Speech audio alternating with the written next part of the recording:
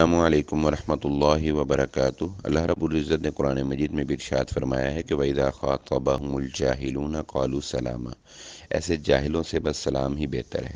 تو ناراض، اور ویسے بھی اگر تو وہ کلیئر جادو کرتے ہیں اور جادو کرواتے ہیں تو پھر تو یہ ایک کفری عمل ہے، ایسے شخص سے تو قطعاً بھی کوئی تعلق رکھنا نہیں چاہیے۔ تو دیگر جو رشتہ دار ہیں ان سے سلام کی حد تک تعلق رکھیں۔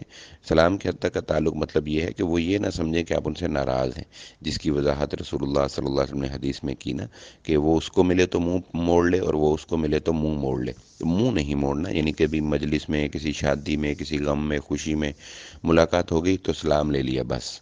یہ ضروری نہیں کہ وہ آپ کے گھر آئیں، آپ ان کے گھر جائیں اور دعوتیں ہوں یا بہت ملا ملانا یا بہت فون، نہیں، ایسی کوئی ضرورت نہیں۔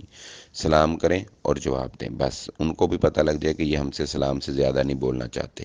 تو ایسے لوگوں سے کنارہ کشی اختیار کریں۔ اگر ان کی نصیحت، ان کو ہدایت کے لیے کچھ اقدامات کر سکیں تو وہ اپنے طور پہ کریں، لیکن ان سے ویسے ان سے کوئی میل جول کی ضرورت نہیں ہے انشاءاللہ۔ واللہ اعلم۔